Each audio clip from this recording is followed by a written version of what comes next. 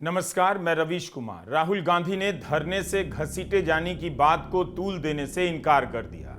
उन्होंने कहा कि नहीं चाहते कि फोकस उन पर आए और शिक्षा के आंदोलन से ध्यान हटे। बार बार यह बात कहने के बाद भी पत्रकारों के सवाल नेता प्रतिपक्ष से इसी को लेकर होते रहे कि आपकी सुरक्षा को लेकर खतरा हो सकता था, आपको इस तरह से घसीटा गया, आपका क्या कहना है? मुझे घसीट के ले गए, बट कान में वो कान में कह रहे थे कि इस सरकार को हटाइए। एक्चुअली मैं राजस्थान का हूं, इनको हटाइए। हम सिर्फ वर्दी पहने हैं। दूसरा कह रहा है मैं हरियाणा का हूं, इनको हटाइए। तो that sentiment is there and सच्चाई एवरीबॉडी नोस। ओके, उन बेचारों को मतलब ऑर्डर एक्सेप्ट करना पड़ता है तो वो करने हैं। But even police is not happy about what is happened. Sensible police people feel that this is a crime that is been done to the future of our country. This is a crime that is being done to the people we love. They can see their children in this. How I was treated is an irrelevant issue to me. I don't care. Treat me 5 times worse, I don't care. The focus has to be on this. The focus has to be on what was done to the students. The focus has to be on the education system, on paper leaks, and on the costs that these children have been forced to pay. So, do whatever you want to me. 5 times, 10 times worse, I don't care. In fact, I like it because I learn from it. And the government's allegation on you? I don't care about government's allegations. Government's allegations are of no consequence to me. जब राहुल गांधी ने अपने साथ हुई धक्का मुक्की और चोट के सवालों को भाव नहीं दिया, तब पत्रकारों की तरफ से और सवाल आने लगे कि पीएमओ में मंत्री जितेंद्र सिंह ने उन पर आरोप लगाए हैं कि शर्तें बदलने लगे हैं। राहुल गांधी ने कहा कि जितेंद्र सिंह जो चाहें कह सकते हैं, मैं उनकी बात को महत्व नहीं देता हूं। तब एक सवाल यह भी आया कि पहले तो ऐसा कभी नहीं हुआ कि सरकार ने आपकी परवाह की हो, लेकिन इस बार ऐसा क्या हो गया कि जितेंद्र सिंह को आपके धरने पर बैठते ही तुरंत भेज दिया गया? In every government, there comes a time when psychologically they collapse. The leadership collapses. So that has happened. The government is actually in panic. तो राहुल कहते हैं कि सरकार पैनिक कर गई है। राहुल गांधी जब प्रेस कॉन्फ्रेंस कर रहे थे तब उनके YouTube चैनल पर आखिर तक 1 लाख से अधिक लोग लाइव देख रहे थे। लाइव के हिसाब से यह ठीक ठाक बड़ी संख्या है। प्रेस कॉन्फ्रेंस खत्म होने के 20 मिनट में राहुल गांधी के चैनल पर उनकी प्रेस कॉन्फ्रेंस का व्यूज 5,77,000 से अधिक हो चुका था। क्या प्रधानमंत्री नरेंद्र मोदी इतने सारे कैमरों का लाइव सामना कर सकते हैं, इस तरह से बोल सकते हैं और सवालों के जवाब दे सकते हैं? शायद यही बताने के लिए कांग्रेस ने यह तस्वीर जारी की है। पत्रकारों ने राहुल गांधी से यह भी पूछा कि नेता प्रतिपक्ष को प्रधानमंत्री के आवास के बाहर धरना देने की क्या जरूरत थी? इसके 2 कारण हैं। हमें लगा कि अगर हिंदुस्तान के स्टूडेंट्स सड़क पे हैं तो ऑपोजिशन को भी सड़क पे होना चाहिए, पहली बात। दूसरी बात, हमारी नेचुरल स्पेस पार्लियामेंट है और प्राइम मिनिस्टर हाउस जाने से पहले ऑपोजिशन स्पीकर के पास गए, उनके कमरे में गए, रिस्पेक्टफुली गए और हमने स्पीकर से कहा देखिए यह बहुत बड़ा मुद्दा है, आप हमें बोलने दीजिए, इसके बारे में डिस्कशन करने दीजिए। स्पीकर ने कहा कि देखिए मैं सरकार से पूछूंगा, meaning it is not speakers decision, it is सरकार डिसीजन। ठीक है, पूछिए। पूछने के बाद कोई डिस्कशन नहीं, पूरे इशू को इग्नोर कर दिया। ठीक है. Dharmendra Pradhan, just put that other slide. Dharmendra Pradhan एक सिंबल है.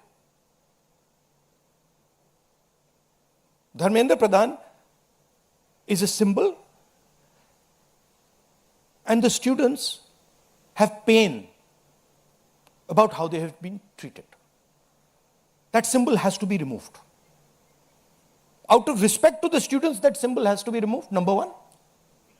Number two, that symbol has to be removed because he is a completely incompetent, probably collusive person in this drama. We know his background. We know how clean he is. We know the type of person he is. There's a history here. And to send a message to the country that we are listening to the students, we respect their sentiment, this man's got to go. And that is why we went to the Prime Minister House yesterday to support this demand, which is a demand that every single student is making. How the discussion is going to be held, who's going to hold it, it's not only the government's decision. Because two people need to talk. That's going to be decided by the opposition, at least our part of it. The government wants to distract from this. The government wants to rub this thing under the carpet. कि भाई ये हुआ ही नहीं. प्रधानमंत्री आवास के बाहर धरना देने के विरोध में आज बीजेपी ने देश भर में कांग्रेस के दफ्तरों के बाहर प्रदर्शन करने का कार्यक्रम लॉन्च किया. देश के कई शहरों में दोनों दलों के नेता आमने सामने हो गए. हिंसा और टकराव की स्थिति पैदा हो गई. भोपाल में भी कांग्रेस दफ्तर के बाहर प्रदर्शन हुआ. विजयवाड़ा में भी बीजेपी के नेता कांग्रेस दफ्तर तक मार्च कर गए. उत्तराखंड, छत्तीसगढ़, गुजरात और बिहार में भी इस तरह के प्रदर्शन हुए. पटना में कांग्रेस दफ्तर के बाहर बीजेपी और कांग्रेस के बीच इस तरह का मुकाबला हो गया. दोनों तरफ से लाठियां चलने लगीं. घायलों की स्थिति क्या है, इसके बारे में पूरी जानकारी नहीं है. पटना में आज काफी अफरा तफरी का माहौल रहा. आयशा के समर्थक जंतर मंतर के छात्रों के साथ भाईचारा दिखाने के लिए और धर्मेंद्र प्रधान का इस्तीफा मांगने के लिए राजभवन तक मार्च करना चाहते थे. उन्हें रोकने की कोशिश में कई जगहों पर टकराव हो गया.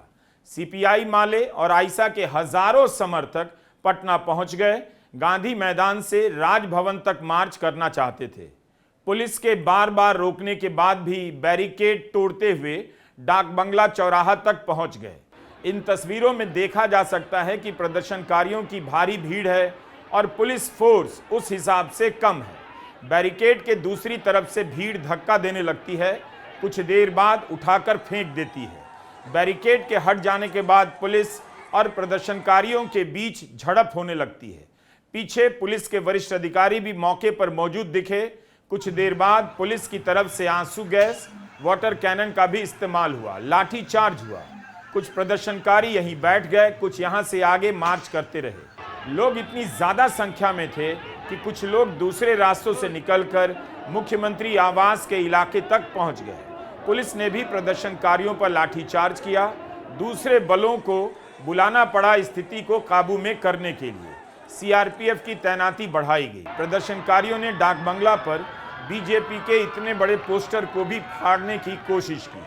राहुल गांधी ने कहा कि प्रधानमंत्री नरेंद्र मोदी को छात्रों से माफी मांगनी चाहिए. उनके साथ जिस तरह हिंसा हुई है, पेपर लीक हुआ है, कम से कम इसके लिए माफी तो मांग ही सकते हैं और इस काम में कोई समस्या नहीं होनी चाहिए.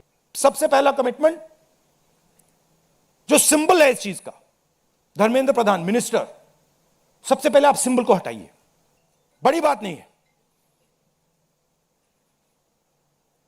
सुसाइड हुए बच्चों के, 152 पेपर लीक्स हुए. स्टूडेंट्स की पहली मांग यह है, इनको हटाइए. दूसरी मांग, जिन्होंने स्टूडेंट्स पर आक्रमण किया है, जो आपने अभी वीडियो देखा, पूरी सोशल मीडिया पे, मतलब हजारों स्टूडेंट्स पे लाठी चल रही है, राइफल्स पॉइंट हो रही हैं, टांगे तोड़ी जा रही हैं, पेलेट गन से मारा जा रहा है. यह आतंकवादी नहीं है, यह हमारा फ्यूचर है. ये हमारे दुश्मन नहीं है. ये हमारे लोग हैं, हमारा फ्यूचर है। तो इन लोगों पर जिन्होंने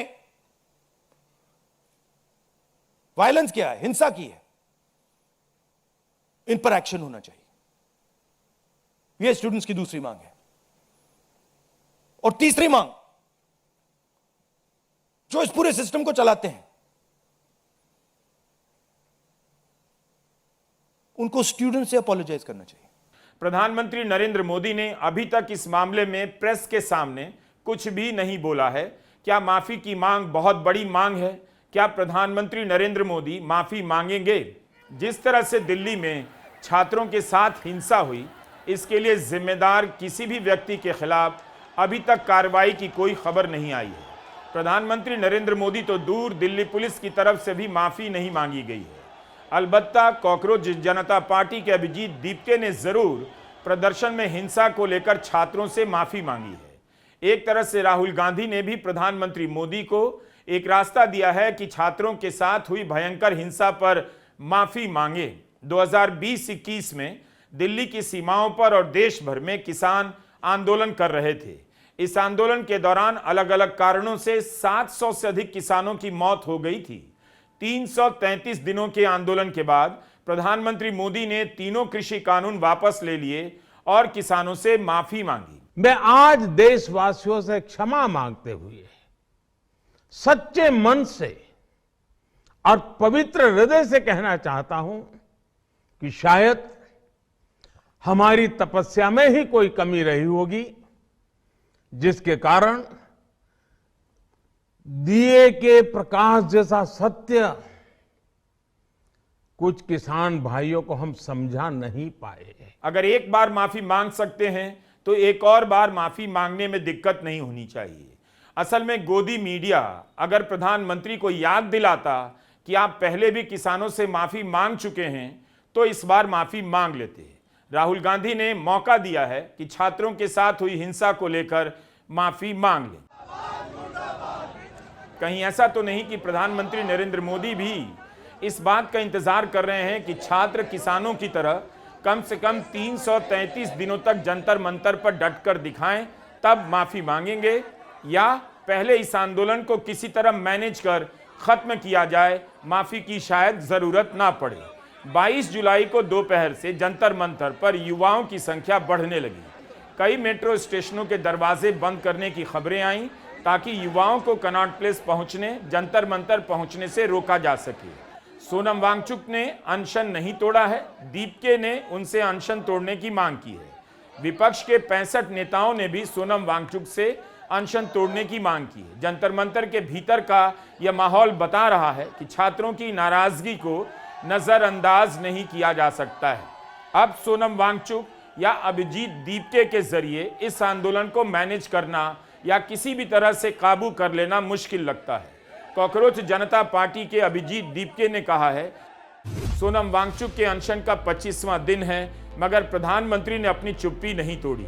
राजनीति का मतलब केवल चुनाव जीतना और चुनावी रैली नहीं है, लोगों को जवाब भी देना पड़ता है। आप देश को बताइए कि अभी तक आपने इस मुद्दे को सुलझाने के लिए सोनम वांगचुक से बात क्यों नहीं की। आप देश को यह भी बताइए कि आपकी पुलिस ने छात्रों के साथ बर्बरता की। बताइए कि इतने छात्रों की मौत के बाद आपके लिए धर्मेंद्र प्रधान इतने महत्वपूर्ण क्यों बने हुए हैं।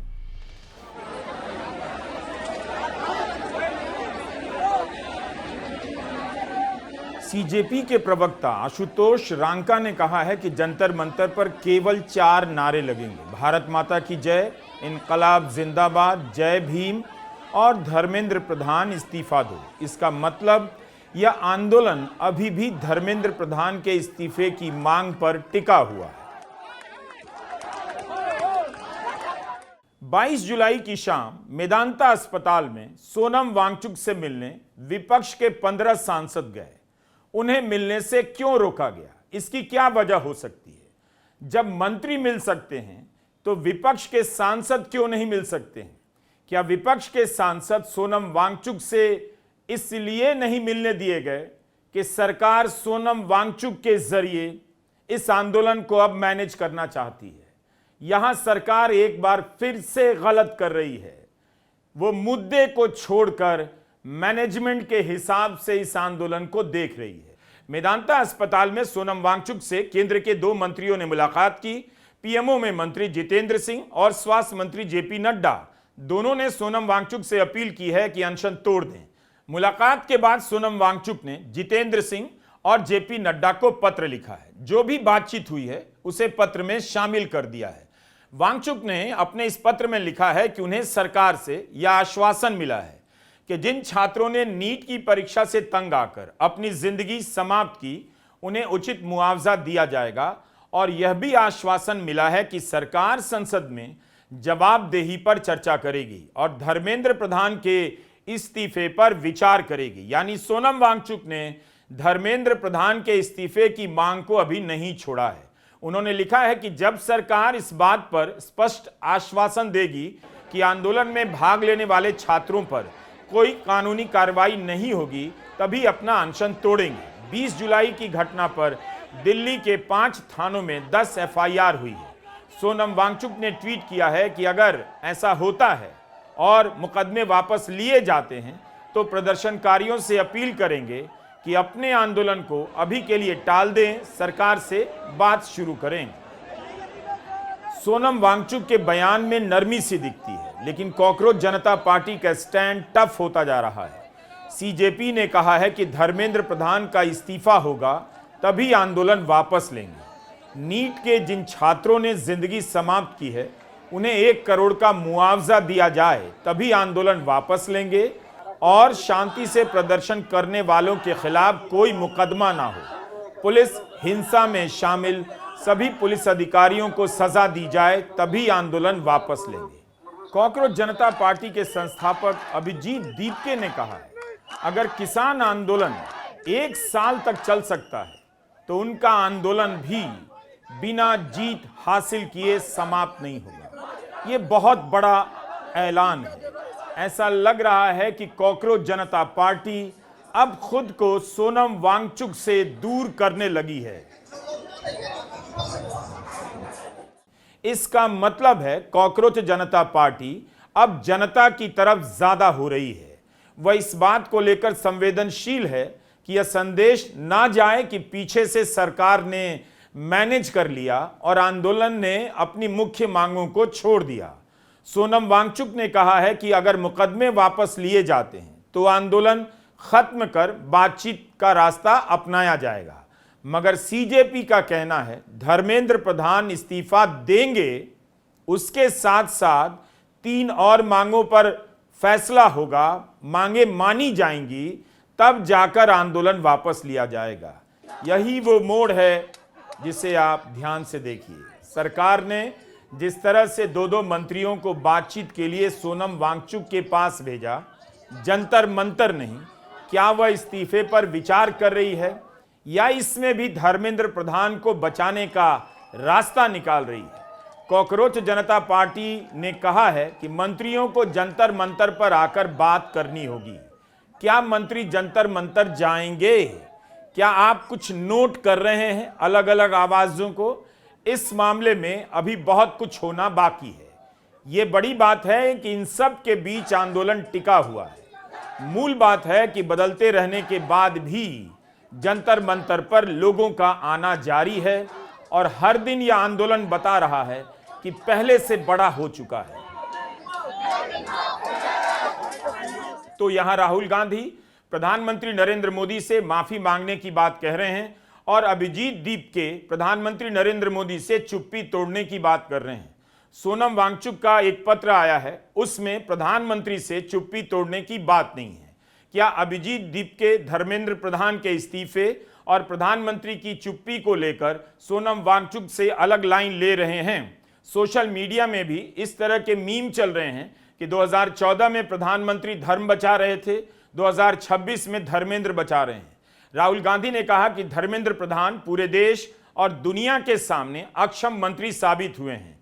सरकार ध्यान बटाने की कोशिश कर रही है, मगर वे भटकने नहीं देंगे। धर्मेंद्र प्रधान को जाना होगा क्योंकि उन्होंने भारत के गौरव यानी भारत की शिक्षा व्यवस्था को नष्ट कर दिया।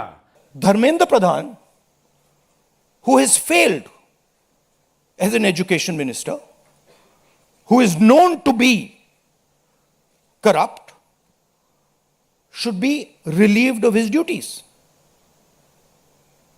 100% legitimate demand. Nothing wrong with it.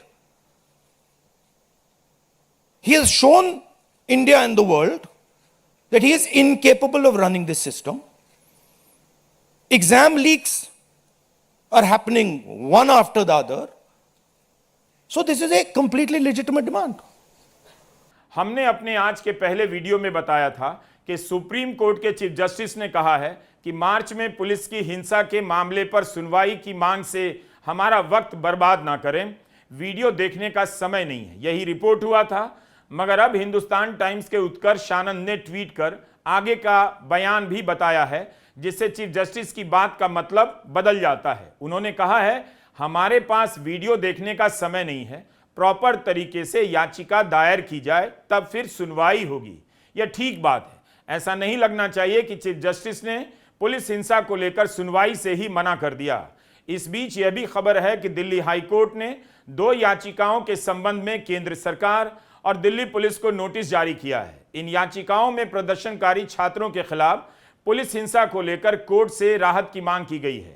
अब आते हैं राहुल गांधी के प्रेजेंटेशन पर। इस आंदोलन की बड़ी आलोचना है कि शिक्षा व्यवस्था के और भी मुद्दे व्यापक हैं, उस पर बात नहीं हो रही है। जंतर मंतर पर आने वाले छात्र शिक्षा के व्यापक मुद्दों से अनजान है। वैकल्पिक क्या होना चाहिए?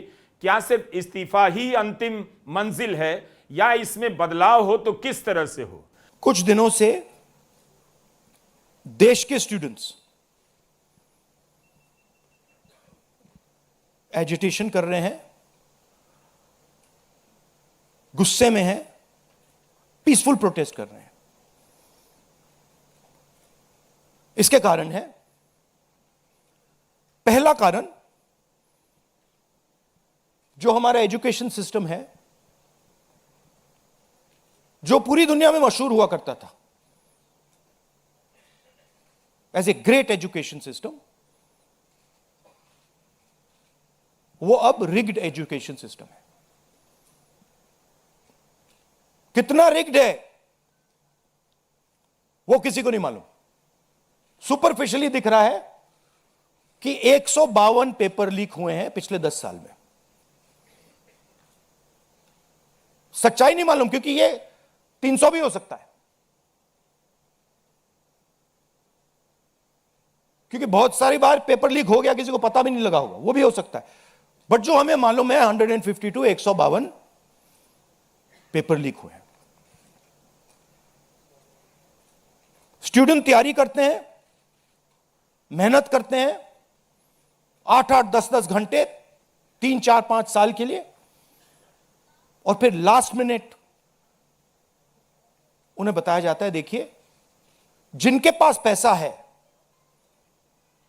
40 लाख रुपए जिनके पास हैं, 50 लाख रुपए जिनके पास हैं, वो पेपर खरीद सकते हैं। आपकी ईमानदारी का, आपकी मेहनत का कोई मतलब नहीं है। उनको 152 बार पिछले 10 साल में भी यह बताया गया है।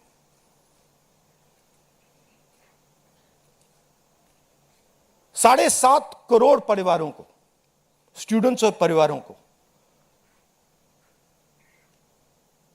पेपर लीक ने डैमेज किया है। और स्टूडेंट यह सवाल पूछ रहे हैं, पेपर लीक होता है,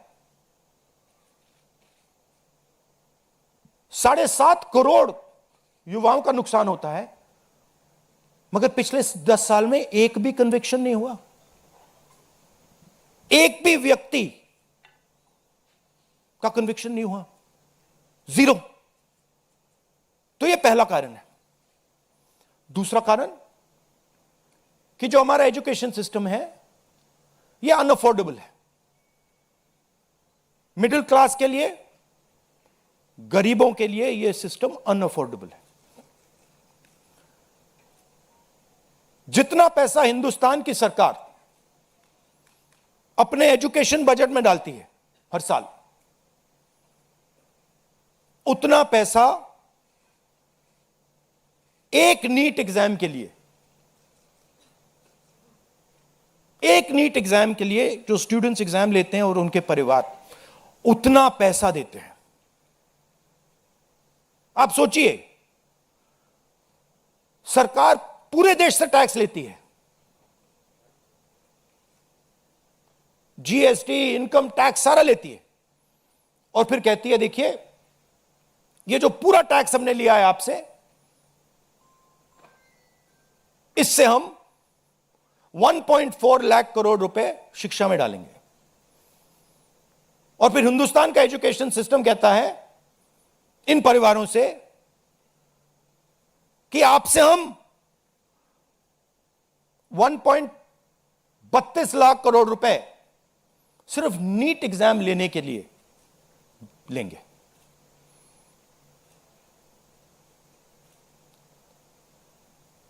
This is an insult to every single student in this country.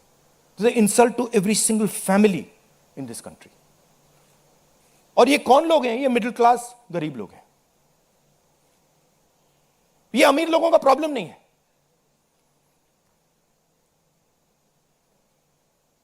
ये कॉर्पोरेट हाउसेस का, अदानी अंबानी का प्रॉब्लम नहीं है। ये मिडिल क्लास और गरीबों का प्रॉब्लम है। तो ये है दूसरा कारण। और तीसरा सबसे बड़ा कारण, एजुकेशन के बाद जो होना चाहिए, आप इंजीनियर बन गए, डॉक्टर बन गए, लॉयर बन गए, उसके बाद देश की कमिटमेंट होनी चाहिए कि हम आपको जॉब देंगे, रोजगार देंगे, फ्यूचर देंगे। देश का यही मतलब होता है।